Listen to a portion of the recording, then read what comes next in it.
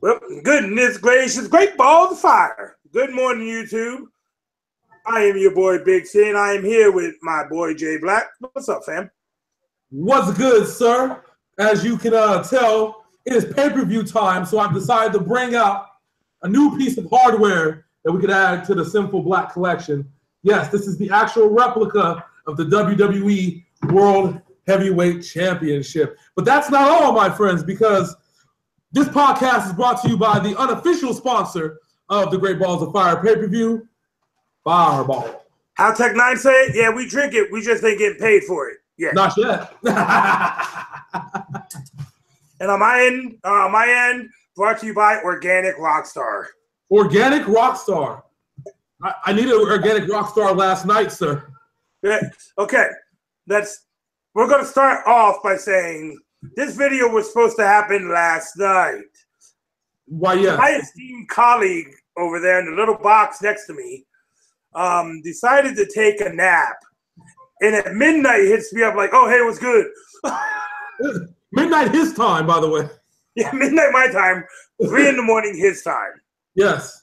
And what I should have done, I should have streamed Iron Banner because I kicked some ass in Iron Banner. But that's another story for another day. If you look at my page, you'll see that I went undefeated and undying in one match on Iron Banner, which is tough to do when you're 20 light levels under-leveled against all the other competition.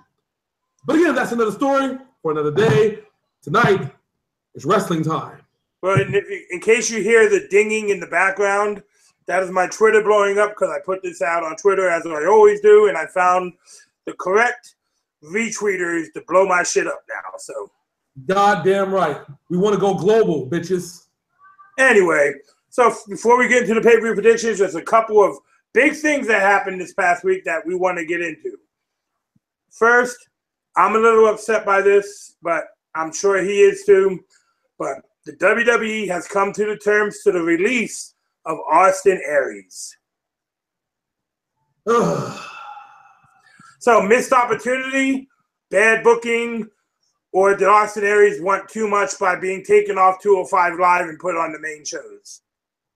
Well, this is how I look at it, and this is going to be dead honest with you. If you weren't going to have Austin Aries win the Cruiserweight title, which you should have. I mean, yes, I understand you have Gallagher, who's probably going to be the successor to get that belt. I understand that. Fine. I'll live with that. But if you're not, but Austin Aries is an international star. So if you're going to have an international star, then you need to either make him the champion or you need to put him on the main roster. And then now, if you're not going to put him on Raw, fuck it, put him on SmackDown. You know what I mean? Like, the fuck. But I personally think the issue and the reason why they didn't make him the champion is because after every match with Neville, he ended up missing weeks because of injury. That's true. That's because it's a rough style that Neville has. I mean, it is, but it is something to be suspect about. But at least on SmackDown, you could have built him up to only wrestle like twice a month. You know, I mean, I don't know. I think Austin Aries is that much of a draw, and the crowd loves him so much where you kind of have to give him the respect that he deserves, you know. But I guess you can understand the business side of, business aspect of the whole thing. Well, you remember when he first signed with the WWE, I told you he'd only lasted a couple years. Yeah, and that's exactly. And it has a lot to do with his ego. Yeah, you and I both know that Austin Aries is a very egotistical gentleman. Of course. Well, you already know that TNA Anthem is going to take advantage of this little dealio. I don't think they will. You don't think they will? I think that he is going to end up in Lucha Underground. Now that would be interesting as fuck. Because he always said his dream match was Rey Mysterio Jr. Yes. And I think that it can happen. I mean, Lucha Underground is already filming for season 4. Yeah. So, I mean, he could probably come in at the end of season 4. Ultimate Lucha. Yeah, Ultimate Lucha season 4 and do his thing. And it wouldn't interfere. Enter into the Aztec Gold match. Yeah.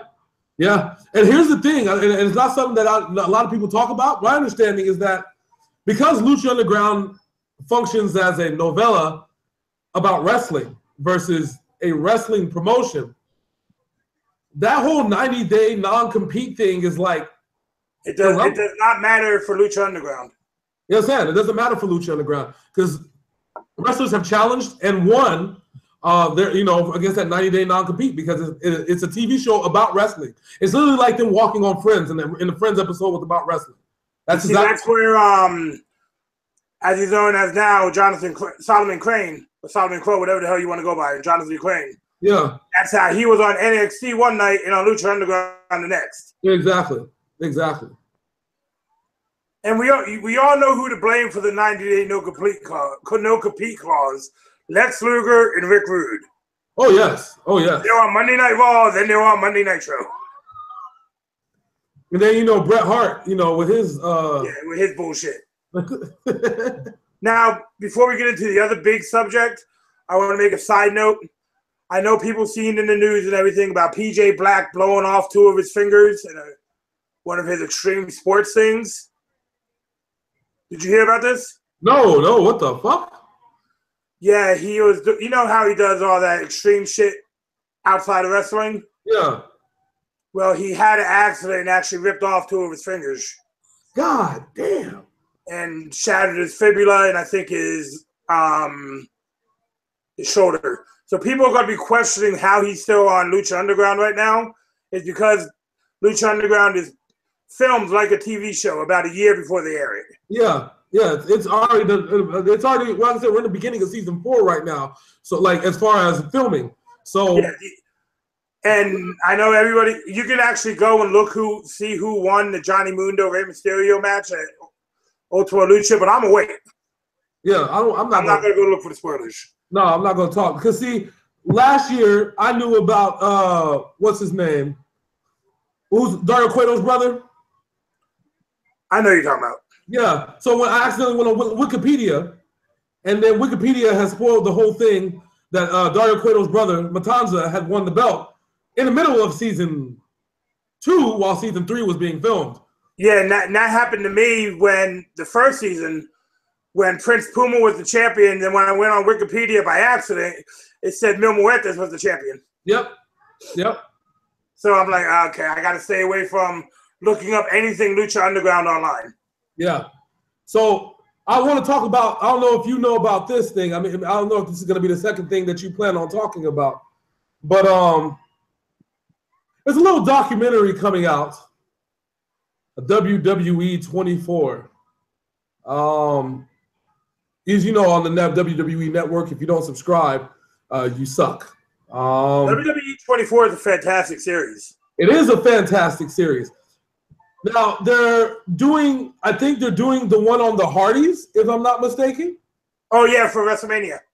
Yeah, so do you know who's going to be on this documentary? No, I'm sorry. It's for Kurt Angle. They're doing Dixie Carter, yeah. Yeah, Dixie Carter is going to be on WWE 24. Yep. And you know how much I hate Dixie Carter. As much as we all hate Dixie Carter, it makes you wonder, because you see where the storyline is going, sir, as far as the... Are you talking about this whole Corey Graves thing?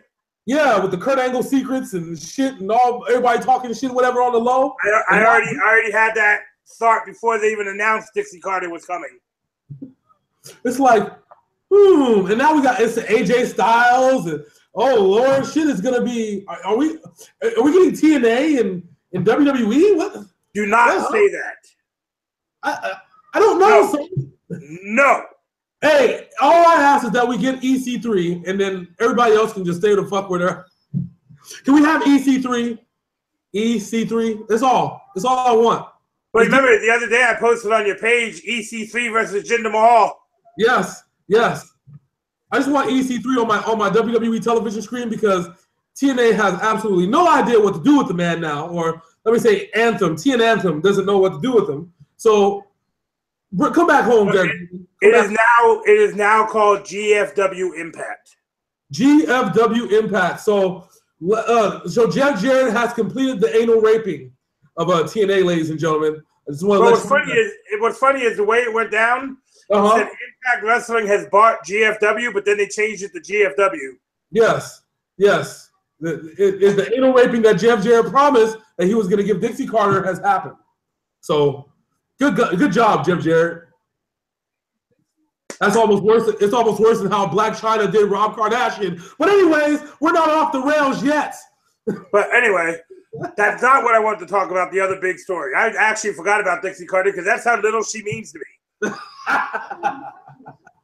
The other big story is, well, it happened Wednesday night at the Madison Square Garden house show. The phenomenal AJ Styles defeated Kevin Owens to become the brand new U.S. champion. Yes, when in a brilliant move by WWE at a Madison Square Garden house show. Let me rephrase. Let me repeat that. A Madison Square Garden house show. AJ Styles beat Kevin Owens, and it was a brilliant move to me because it increases the value of house shows. Because now anything can happen at a house show that increases the ticket sales, that puts people in the seats. It keeps people employed working at the stadium on a Wednesday night. It's somewhere in Bismarck, South Dakota or North Dakota, wherever the fuck Bismarck is. That keeps people employed. And then with our whole North Dakota fan base. The entire North Dakota fan base actually gets to travel to Bismarck and maybe gets to see, like, Luke Harper win an Intercontinental title match, which we know won't happen because nobody trusts him. But fuck it. It may happen. And that's the point. It increased the value and it increased the necessity of going to house shows. I know my issue now is I appreciate them doing it and I understand it, but they pulled the AJ Styles KO match from Battleground. Well, who's AJ Styles going to fight at Battleground? It should have been KO. But that's what I'm saying. So who? I have a gut feeling, and it's been pretty good lately, that we're going to have a repeat of the fantastic match from last Tuesday's night SmackDown, AJ Styles, Chad Gable for the U.S. title. And it makes, but that's also something that makes me wonder too, because that match was blown up all across social media when that match happened. I mean, I'm not sure if you've seen some of the reviews of that match. There was literal veterans of WWE, WCW, and NWA, and even in Japan that were like, that Chad Gable kid was something. You know, Chad Gable to me is like the second coming of Kurt Angle. I was getting ready to say that. Chad Gable is Kurt Angle for this generation. Yeah, he's as technically sound as Kurt Angle and as efficient as Chris Benoit is. And I know people don't like talking about Chris Benoit, but you can't deny the fact that man. On our channel, we talk about Chris fucking Benoit, okay? Yeah, I'm just saying. I know people don't like talking about, but we're gonna talk about him on the show. So the man was about as efficient of a wrestler. Even if you don't like how fucked up he was in the head, even as fucked up he was in the head, he was as efficient as a wrestler as anybody else. And I think that Chad Gable is as clean, is as talented as Kurt Angle and as efficient as Chris Benoit. And that and for these sensitive people about Chris Benoit, it's Dean Malenko and Kurt Angle combined. Yeah, there you go. There you go. And that's about as clean as a wrestler as you can get. I mean, the dude is amazing. The only thing I feel bad for is his tag team partner.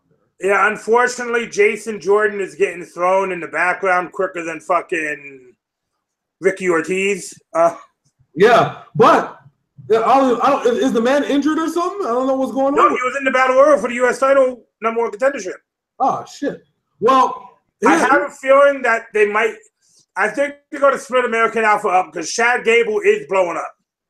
He is. But that's the thing, though. Like, I'm mad at that because they should have made them full to tag champions and kept them belts longer. The beef with them and the Usos was something that was, made of gold. And they could have kept that going for a minute. Just like I really think the issue is more people respect Chad Gable because he actually did compete at the Olympics, whereas Jason Jordan was just an alternate. Well, shit, man, fuck. I mean, they're Olympic athletes. I mean, I know it's really shitty for me to say that, but I think that's how people are looking at it. In all honesty, though, I would have made Kurt Angle a heel GM and had American Alpha as his bodyguards. That would have made That was bring back Team Angle 2.0. I told you a while back that they need to fucking have Kurt Angle with those guys. That's what I'm saying. That's why I think they, and who knows? World's Greatest Tag Team 2.0. Exactly. Well, who knows? You may see Jason Jordan traded to Raw and serve as Kurt Angle's bodyguard and have him learn under him. You know what I'm saying? I think that would work. Unless I don't know if Charlie Haas ever got his shit together and got off the drugs. But remember, Shelton Benjamin is still slated to come back this year. Yeah, which they've already announced it that he's cleared. He resigned them. I thought, if I remember correctly, that they talked. So I just for me, my own greedy fucking passion, I would love to see the world's greatest tag team against American Alpha just once. Just once, yeah. Hell, but I'd also would like to see a successful black tag team of Shelton Benjamin and Jason Jordan, though, too. That, you know what? That could happen. Shelton Benjamin and Jason Jordan against AJ Styles and Chad Gable. Oh, hell yes. Hell yes. And then that would be money. Now imagine if Shelton, and then you have Shelton Benjamin versus AJ Styles at a pay-per-view as a little matchy match, you know what I'm saying? Right? All right, now what everybody is tuned in for. Time to talk about the goodness gracious great balls of fire. All right, so before we do this, because we're going to talk about great balls of fire, I got to pour one. Just real quick, sir. Have at it, buddy. Because we got to get on fire with this one. A little something to warm the taste. Woo-hoo! I'm on fireball. Great balls of fire. God damn. There you go. Let's go. All right, so we're going to start off with the kickoff show.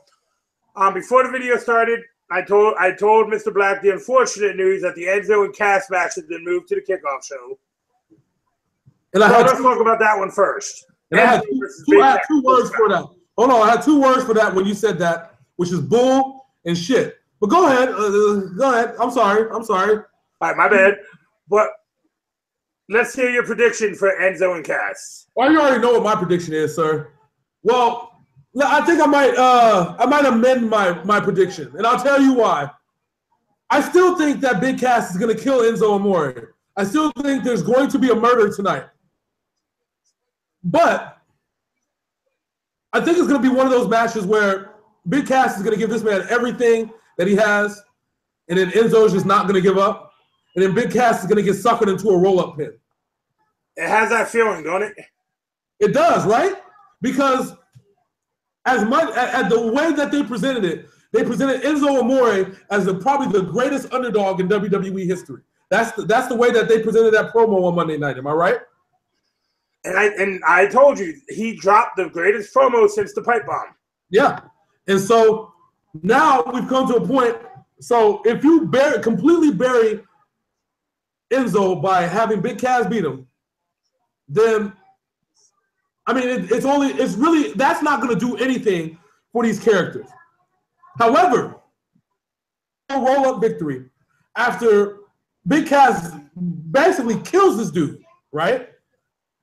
You can sell the story after the roll-up victory, then you can have Big Cass kill this man some more. For a second. Think how long you can continue with this little thing, because then we got Battleground coming up, another Raw pay-per-view, and then Survivor Series, right? No, we got Battleground and SummerSlam. Oh, we're going straight to SummerSlam after Battleground. Oh yeah, you're right. So, it is not November yet. I mean, I mean to say Survivor Series. I meant SummerSlam. I meant the other Double S pay-per-view. Okay, sir. All right. Damn. Anyways, are you talking about Impact same old shit pay-per-views? Oh. You can have like a last man standing match at SummerSlam between these two. Do you know what would happen to Enzo in a last man standing match? Yep. Okay, for those of you just, watching us for the first time, Mr. Black wants to see Enzo Amore beat so bad that he joins 205 Live. Yes, and I still want that to happen. I mean, if we could push it to SummerSlam, I mean, for that death, and then you can put Big Cass as the big heel, I'm good. But I think that right now, as it stands, when it comes to this pay-per-view, Great Balls of Fire, unofficially sponsored by Fireball, we're going to have an ass beating and then a roll-up victory. That's what it needs to be. If we're gonna have this on a pre-show, let's do that. Have Big Cass get pissed off, kill this man. He comes back. We have some fighting in the back and shit like that for the next few weeks, and then we have last man standing to settle this once and for all. Okay, and I'm with Mr. Black here. I think there's going to be some fuckery where somehow Enzo wins this match but gets brutalized. So we agreement on that one. So next is the other match on the pre-show, which is another match I think should be on the main card. We got the Neville level against the power of Tozawa. Oh, man. No one's been hotter than Akira Tozawa.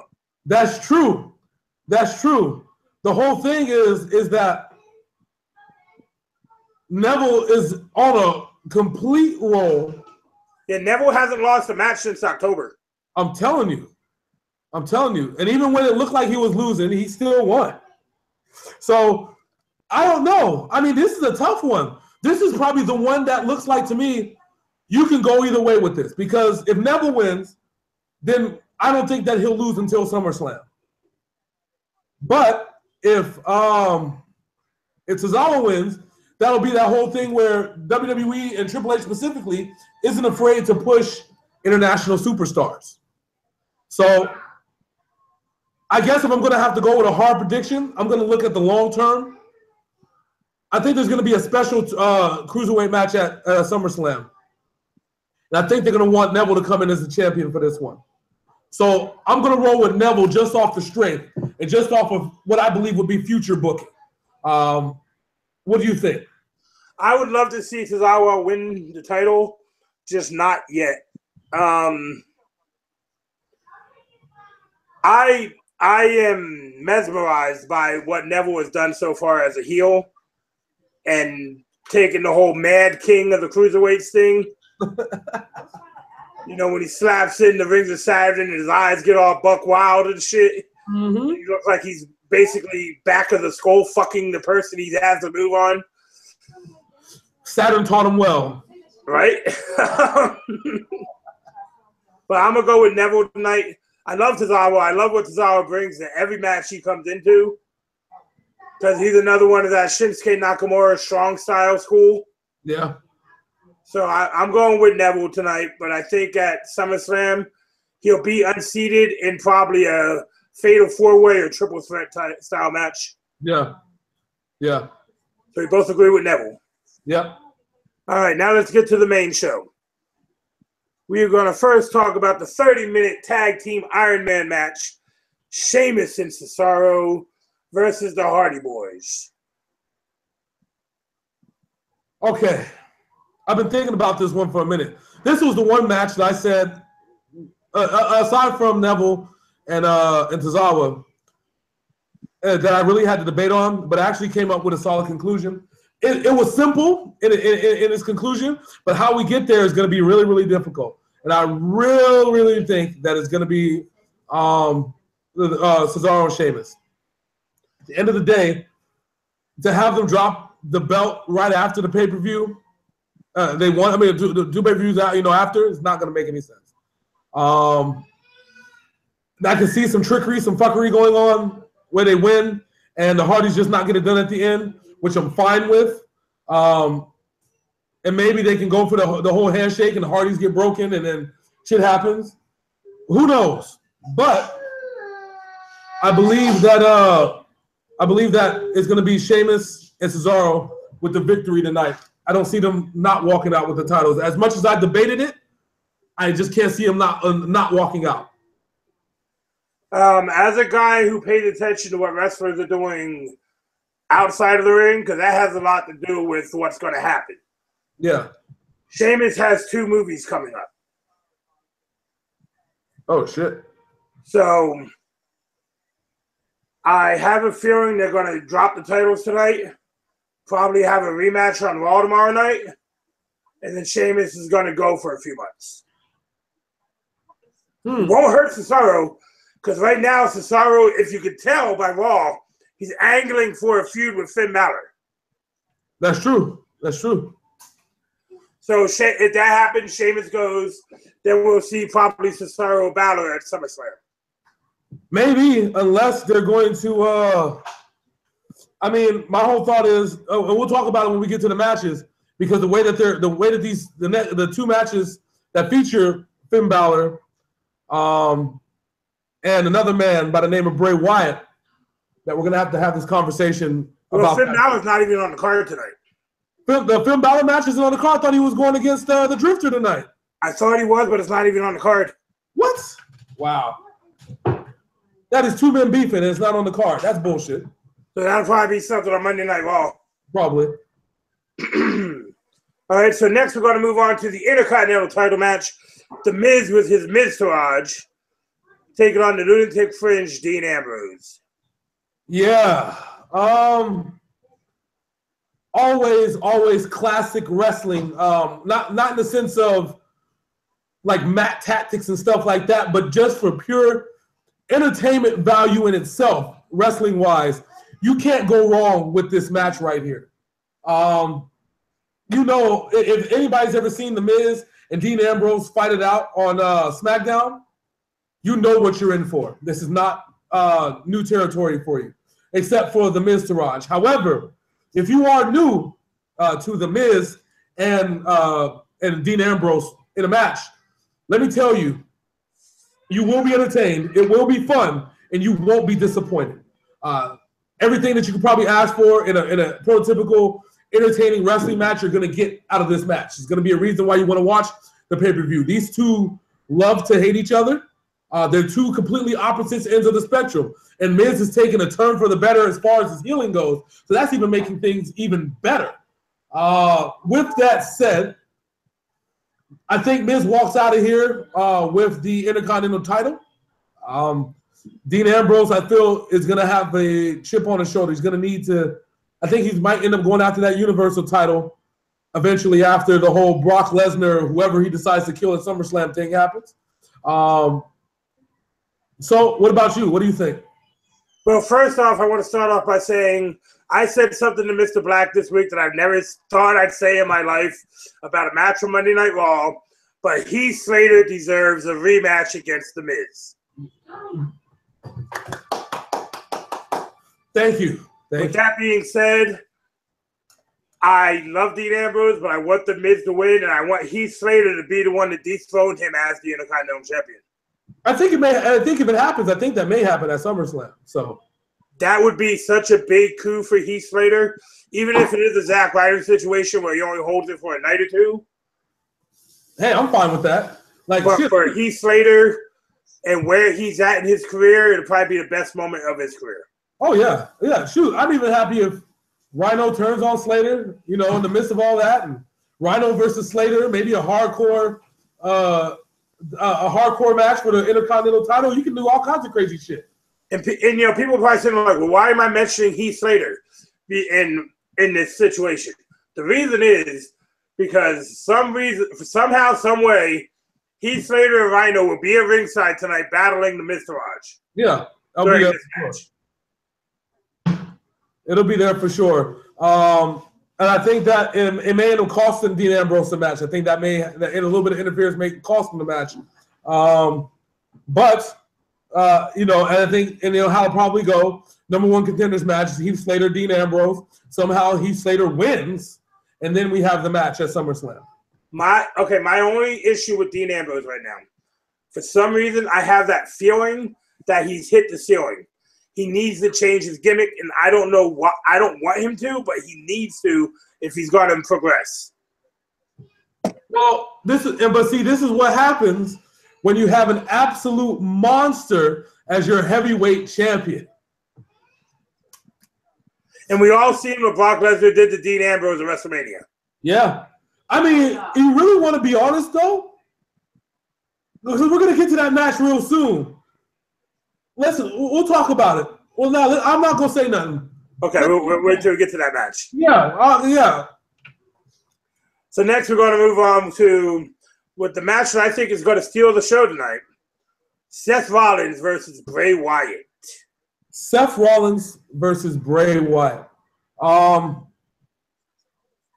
I was sold on the match itself, right? Like, I understand why the match is happening. I guess the only downside of this match is Seth Rollins' promo that he cut. I think it was this past Monday or the Monday prior. It didn't sell me on watching the match. See, Seth Rollins versus Bray Wyatt, them just having a blood feud, I'd be happy with, because then you can bring up the whole Shield versus Wyatt family days, and you know what I'm saying? Like, you could do that. And then the whole premise should have been is that Bray Wyatt needs to exercise his demons by beating Seth Rollins. That's really should have been how this match was promoted. With that said, it's going to be a hell of a fucking match. Also, with that said, Bray Wyatt's going to win this match. Well, okay, Seth Rollins' monologue this week was a little weak, but Bray Wyatt's vignette was good. Yes, very good. Where he's walking through the desert and doing all that shit. Very good. Bray Wyatt right now is the most consistent mic man next to Enzo Amore on Monday Night Raw. Oh, hell yeah. Hell yeah. Yes, Bray Wyatt is underaccomplished in my opinion. Yes, he's a former heavyweight champion, but that's it. That's all he's done. That's true. No, you didn't lie about that. That's all 100% true. And it has to, I mean, it has to do with shitty booking and lack of faith. I mean, and injuries. And injuries. But dude, Bray Wyatt should have been a top heel a long time ago. Like, Bray Wyatt should have beaten The Undertaker at WrestleMania. You see, the way I'm looking at it now, I believe that the character is so strong. I think they thought a long, drawn out him getting there is for the better. And in this day and age, people like me and you understand that. But for today's wrestling fan, they probably consider Bray Wyatt a failure where he is not. Yeah, he's been. That feud with Randy Orton, should have went the way that it went. My problem is that it had, like, him winning the title happened too, like, okay, not too soon. It happened too soon for it to change hands to Randy Orton. I guess if that makes sense, right? Does that kind of make sense? He shouldn't have dropped the title at WrestleMania to Randy Orton. No, or if he was going to drop the title to WrestleMania, Randy Orton, he should have won that Royal Rumble. Yeah. But that's how I look at it, because, see, this is my thing. Because then you would have set it up as Bray Wyatt is now the champion, and Randy Orton says he's not going to challenge him. Like, he could have stayed that after the Royal Rumble. Now you have Elimination Chamber. Then you could have booked the man. You could have did the whole shit, and then would have went through the whole process up, which would have made it a lot better to me anyway.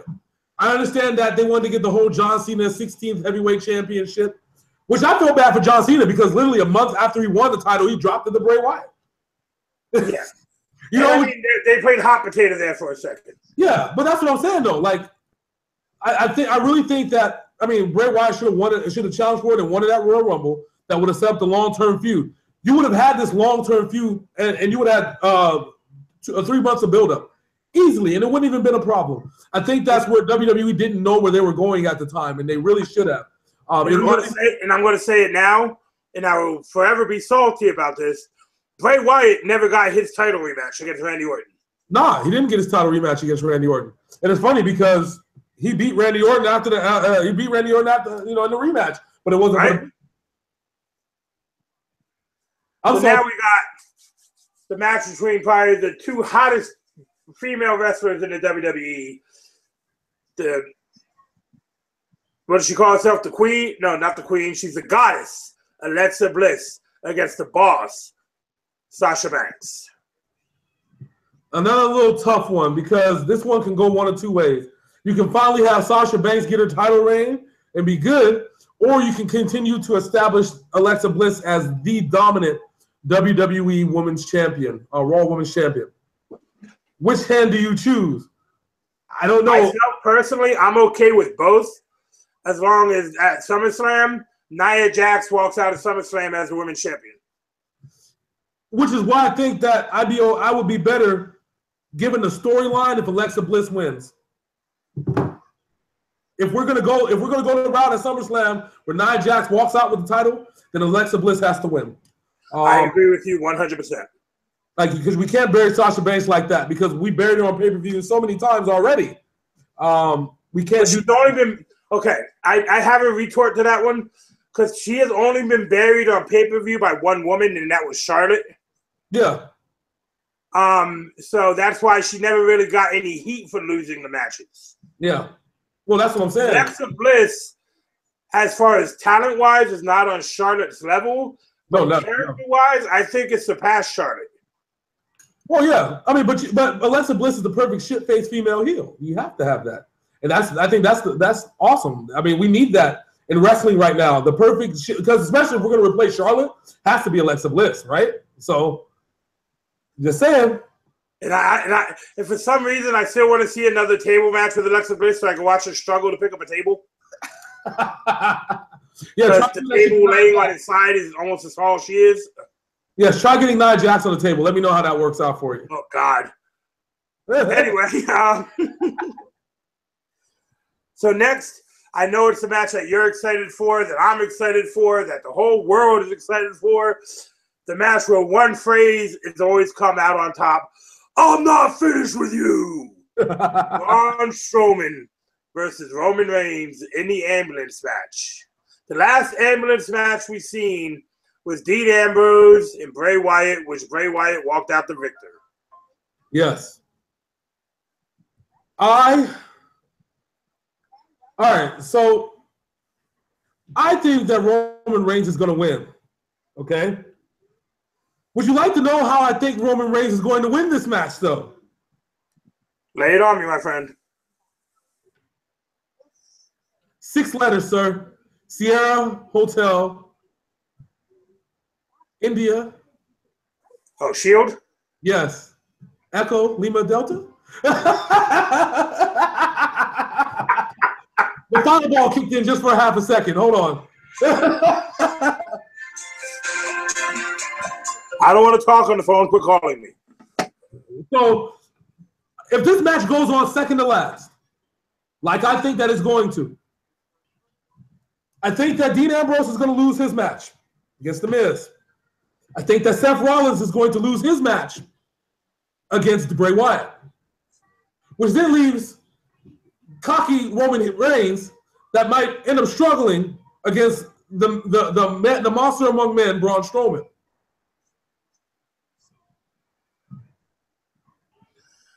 I mean, I'm making hand gestures and head gestures. This really only, you see where this is going, right? Like, you see how we built this in order for this, to get this in. And I'm just saying, it's going to come to some point where Seth Rollins is no longer challenging for the title. Dean Ambrose is no longer challenging for a title. Their friend Roman Reigns is about to die and go into an ambulance. You see where this is going. Okay, I see where it's going, but they had plenty of opportunities to save Roman from getting killed by Braun Strowman the last few months. But have they, though? I mean, they have not lifted a finger to help Roman Reigns. I mean, but let's look at it, though. But all right, so we also now know that WWE is not afraid of surprising anyone with anything. I mean, at this point, because now we're saying that Roman Reigns is going to challenge Brock Lesnar for the heavyweight title, right, at SummerSlam. Because that's what he said, unless Braun Strowman wins, right? In my opinion, they do not need to pull the trigger. They need to save it for WrestleMania. All right, so you have Braun Strowman versus Brock Lesnar. Okay, so let's say, so then this is the other scenario that goes down. Braun Strowman wins this match against Roman Reigns, all right? Braun Strowman challenges Brock Lesnar at SummerSlam. Roman Reigns is out for a little while. Then in the middle of the Braun Strowman match, you can have the Shield attack them. I mean, attack both of them. Fuck it. Because that's what, I mean, shit. Well, we have to talk about the next match before I can put out my hypotheticals. I know, but that's what I'm saying. But let's I mean, either way that this goes, tonight is going to be the beginning. Is going to be the beginning of the reuniting of the Shield. The way that this is all going to go down, I promise you, and you mark my words, that this is going to be the beginning of the reuniting of the Shield. You know what? I think they could pull out of their hat tonight. Go ahead, sir. All right. So you want the reunition of the Shield tonight, right? Yes. If they did that, you know what I could honestly see happening? Yeah. Because he's being misused so much over on SmackDown right now, I could honestly see Bray Wyatt and Luke Harper coming out and with Braun Strowman and fighting the Shield again. Which you could do that and then delay the whole but this would be a heel Shield now. This wouldn't even be face anymore because nobody likes Roman Reigns except the little kids. Let's just start there. And you know Braun Strowman is an asshole. He's gonna try and kill all three of them. And he might get the two of them at least. You know, fuck. I mean, I'm not finished with any of you. Yeah, exactly. You know, I mean, and then you wouldn't even need to have like the SummerSlam match might even be put off, like the singular match. Like, let's say if Roman Reigns wins, the singular match might not happen in lieu of the Wyatt family versus the Shield again. Then you could have another challenger, you know, Mr. Dun Dun Dun Dun, John Cena, which is have that rematch happen again, you know, because that's what they've been, you know, itching at over a little bit. Talk about he doesn't care who he fights. So, but let's before we talk about the championship match, let's talk about Mr. Juan Cena real quick. Yeah, Mr. Free Agent Juan Cena, by the way. Mr. John Cena came out on SmackDown and announced, you know what? Fuck it, I ain't signing with nobody. Yeah. And that motherfucker got real serious when he talked about Roman Reigns. Yeah.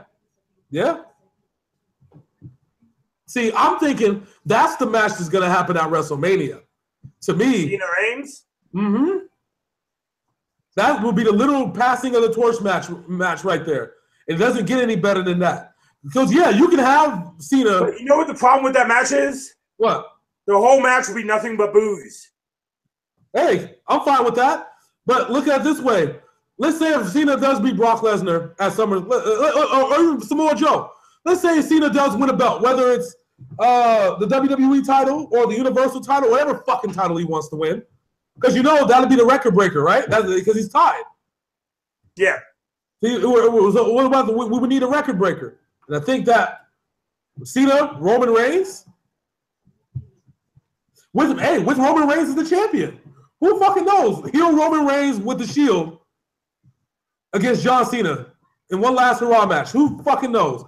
You could book this a million ways to Sunday, and it'll make sense from a financial perspective. John Cena versus Roman Reigns.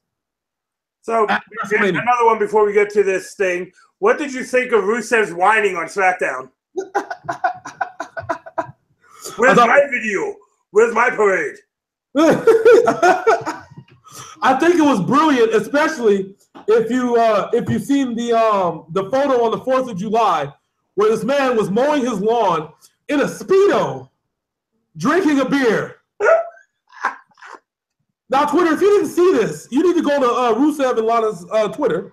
I'll check it out. Find that on the 4th of July, Mr. Alexander Rusev in a Speedo on a lawnmower drinking a beer. An IPA because he doesn't fuck with that American shit. All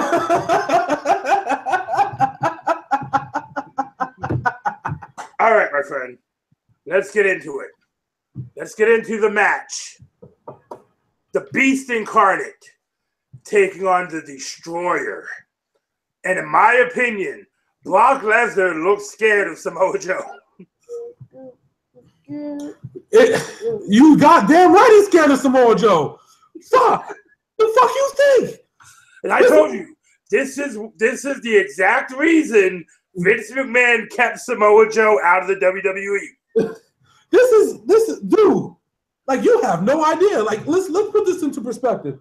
This little 5'10" motherfucker is choking out this big 6'3", 275 motherfucker, turning his fucking face purple. He looked like a plum. He looks like a goddamn plum. You goddamn right he looks like a damn plum. Not only did he look like a plum, he looked like a scared plum. Like, fuck.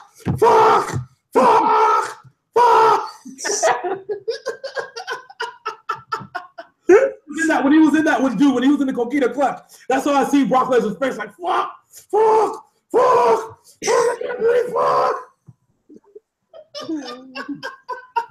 I hope hope Brock Lesnar realizes he's not getting in the ring with Roman Reigns tonight. No, this is not no Roman Reigns with no 5 moves of doom or nothing like this. Samoa Joe has 7 ways till Sunday to kick your motherfucking ass. And you probably read the interview with Kurt Angle when he was talking about this. He said Brock Lesnar has no idea what he is getting into tonight. He doesn't. He has no idea what he's getting into. And I think that's the best part of this match because I don't think that any casual WWE fan knows what Brock Lesnar is getting into tonight. You know, I think they think of Samoa Joe as some guy from TNA. They don't know about this man. Well, a little history lesson. Samoa Joe went on a 13-year undefeated streak. Yeah. Through different organizations. Yeah. The first match he ever lost in a ring was to Kurt Angle. Yeah. And this is after he beat Kurt Angle 4 times. Yeah, that's right. And understandably, you have to understand that Kurt Angle is probably one of the greatest wrestlers of our generation. And for this man to beat Kurt Angle 4 times before Kurt Angle got 1 victory tells you everything that you need to know about Samoa Joe. And one other thing you need to know about Samoa Joe, when he first met Kurt Angle, there were no words exchanged. The only thing that was exchanged was a headbutt, a bloody Kurt Angle face, and a muscle buster. Yeah. That's exactly what Samoa Joe's been doing. To anybody that discredits if Samoa Joe can actually win or not, Brock Lesnar got that business. Roman Reigns got that business. Let's not get it twisted. Seth Rollins got that business. Seth Rollins got that business. You don't want to fuck around with Samoa Joe. You're just gonna end up headbutting and possibly start tapping. That's about it. Now to the match itself. Since we're gonna be doing the predictions, I'm gonna let you go. You go. All right. Okay. In my heart of hearts, I want Samoa Joe to win this title tonight. And I have reasons. In my opinion, and I feel this way, you know I feel this way, the WWE, their champions need to be active weekly on the show. Wrestling or not, they need to be active weekly. No, you're right. You are definitely right about that. I get Brock Lesnar is a big fucking deal, and he wants to fight a UFC-style pace every 3 months. But if you want to look at this, I'm going to get into the WWE bylaws. A champion is supposed to defend his title at least once in a 30-day period or be stripped of it. Brock Lesnar has now done this 4 separate occasions. Yep. Yeah, he has. And you want to call John Cena a part-timer? That's true. That's it. And let's be real. When John Cena has the title, that motherfucker's out there week in and week out. Yeah. Yeah. Yes, he is. And no doubt about that. Now, I can see this really going one of 2 ways. I still think that without beyond a shadow of a doubt that Samoa Joe is the toughest opponent that Brock Lesnar ever faced next to Kurt Angle. But keep in mind, that was Brock Lesnar, young Brock Lesnar versus in prime Kurt Angle. With that said, I said it's going to go one of 2 ways. Either Brock Lesnar beats Samoa Joe cleanly after an ass-kicking of a match that both these men put each other through, which is probably the highly likely scenario. Or the roll of the dice scenario where you see Triple H return. And Samoa Joe, remember, he's Triple H's destroyer now. That Triple H returns with just enough of a little bit of a distraction. Maybe a sledgehammer. And Samoa Joe wins the title tonight. It's not saying that Samoa Joe can't beat him on his own. That's not what I want to say. Because I think that discredits Samoa Joe completely. However, in the continuation of advancing a storyline, because Samoa Joe has been kind of aimless over over these last, as far as not necessarily aimless, but since he became the #1 contender, his main focus has been primarily Brock Lesnar. Exactly. What I'm saying, but that's the thing. But before that, between the #1 contendership and the time that after Triple H lost that WrestleMania, he's still feuding with Seth Rollins up and down. Yeah, up and down and wish-you-way and wish-washy. So, I mean, my understanding is that Brock Lesnar was supposed to. The plan is for Brock Lesnar to challenge all 6 men that were in that six-way match over a course of period of time. But I think that given the popularity of Samoa Joe, I think that plan might change. Yeah, because over the last few weeks, Samoa Joe has really garnered the following that he deserves. Yeah. And the attention he deserves. Yeah. Yeah. Samoa Joe is not a new, young, spry cat in this game. No. Samoa Joe is a grizzled veteran who has beaten everybody who you like. Yeah. Yeah. And I can see this. He warred with AJ Styles for 5 years. They carried Impact together. Yeah. And they tag team together while feuding with each other. Don't get it twisted. He choked out Kevin Nash. He choked out Booker T. He choked out everybody he has been in the ring with. He has choked out the icon Sting. Yeah. Yeah. Samoa Joe is going to come into this match as the full odds-on face. Probably not what they wanted because they like Brock Lesnar's draw appeal. And they love Samoa Joe as a heel. Yeah, but Brock Lesnar, but Samoa Joe has garnered one of those Stone Cold Steve Austin followings. Maybe not as huge, but that we're going against the status quo and going with a man that just simply wants to hurt somebody. It gives 0 fucks. All right. But that's why I said that it could be possible that they pull the trigger on Samoa Joe based off some interference. Brock Lesnar takes his eyes off of something just for a second, just for a little bit. And if that little bit, it's done. It's a wrap. Brock Lesnar's tapping out. You want to know what I think would be best as far as Brock taking his eye off the prize for a second? Yeah. In my opinion, it doesn't need to be outside interference. To me, outside interference will ruin it. What it needs to be is Paul Heyman tries to either trip up Samoa Joe or distract him. Yeah. Joe take out Heyman again, and Brock turns his attention to Heyman. Yeah. And Joe locks it up. That's true. That's very true. Because we seen 2 weeks ago, Brock Lesnar cannot get out of the coquina clutch. He can't. Samoa Joe has so many ways to put it on you, and he locks that shit on. Even if you hit him, he still keeps that shit locked on. He put that motherfucker through the screen, and he was still attached. Yeah. Yeah. So I'm saying. So, man, like I said, maybe not even interference. But if Brock Lesnar takes his eyes off the prize for 1 second, that is that 1 second that Samoa Joe is going to need. And all Brock Lesnar could do is go ask Finn Balor. So now I know how it feels. Yeah, pretty much. Pretty much. Hell, I can see. That's what happened with Finn Balor. He took his eye off the prize 1 second. Yep. And Samoa Joe cashed in at a house show. Yep. Yep. Just saying. I want Samoa Joe to win, but I think Brock Lesnar will get the dupe tonight. If Samoa Joe wins, I will be happy as hell. Oh yeah, I think a lot of people would be happy. I think the place would explode if Samoa Joe beats Brock Lesnar on an off pay-per-view. That place would fucking explode.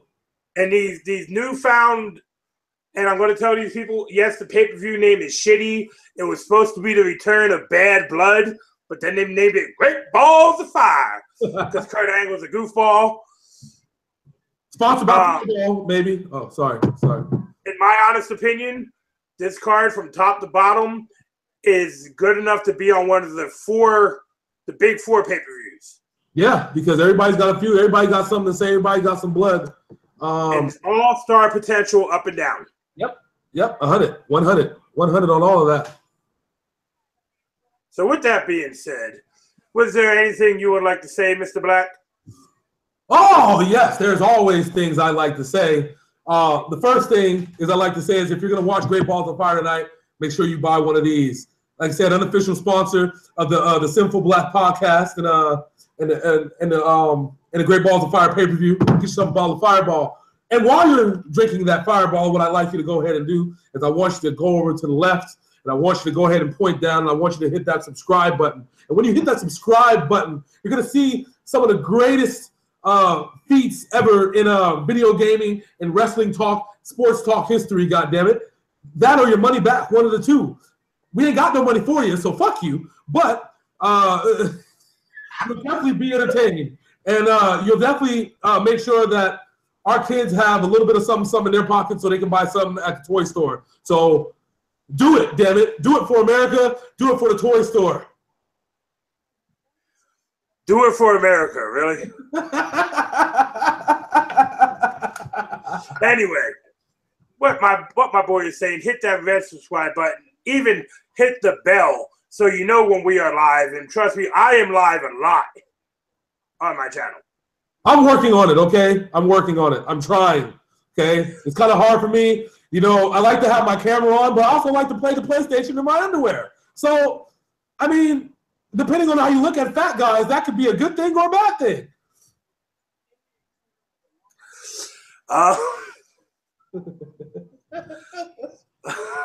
Okay, anyway. I left him speechless. Yes, yes, this is why I'm the champion. I left Mr. Syn speechless. Anyway, be on the lookout starting next week. In homage to our wrestling video last week, a brand new series, Syn and J-Blaq, Off the Rails. Coming soon. Coming soon. Oh, and the liquor cabinet is full, so I'll be definitely going off the rails. Oh, and we are coming up on the greatest season in sports. The NFL season is right upon us. Me and J-Blaq will be live with our season predictions here and probably starting in about 2 weeks. Oh, yes. And I think that we should announce, since that's coming up, we should announce the return of fantasy football, ladies and gentlemen. Big Syn and Hollywood J-Blaq is going to have maybe a couple leagues going down. So if you want in, you know, it's going to be on NFL.com. Drop your NFL.com name in the comments below. We'll get you right in. And we'll do a weekly fantasy football show here on the channel. Oh, exactly. Hell yes. If we get enough people, for sure we'll do it because you know we love the fans. So without further ado, I would like to thank you for being here today, watching us here at Sinful Black Entertainment. We got the champ J-Blaq over there. Show it to him one more time, champ. That's right. Read it and weep. The WWE World Heavyweight Championship. Now, if you want to come down, you know, to Orlando, Florida, and challenge me for this thing, by all means. But I think you just might get your ass kicked. Not you, sir, because, you know, me and you were tag team. You just can't just challenge me for this title. But it's like that. It's like that. However, if anybody wants to bring their Rudy Poo candy asses down, I can fit them in for the subscription. Goddammit, we can do it. Let's go. Let's go.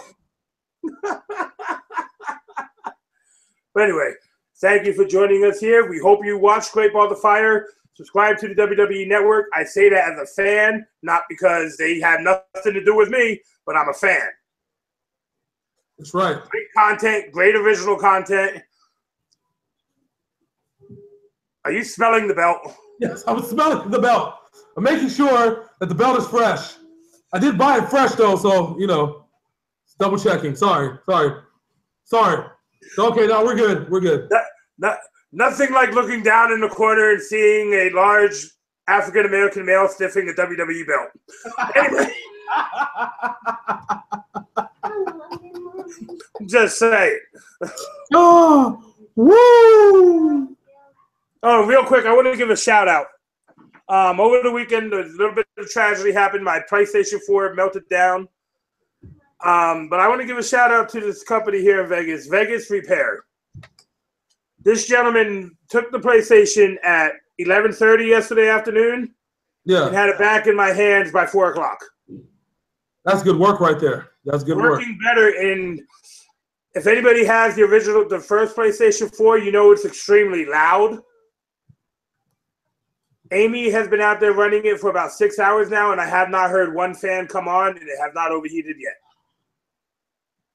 That's what's up. And so 4 hours, he completely fixed the problems I was having with it.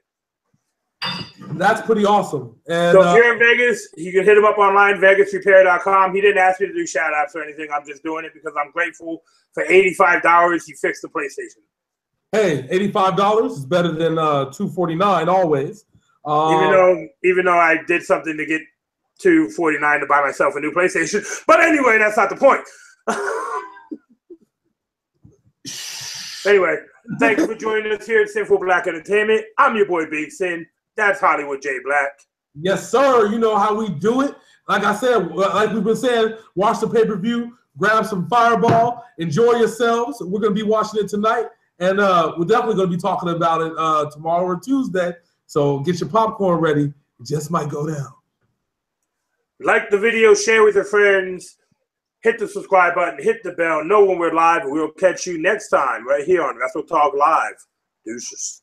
Deuces.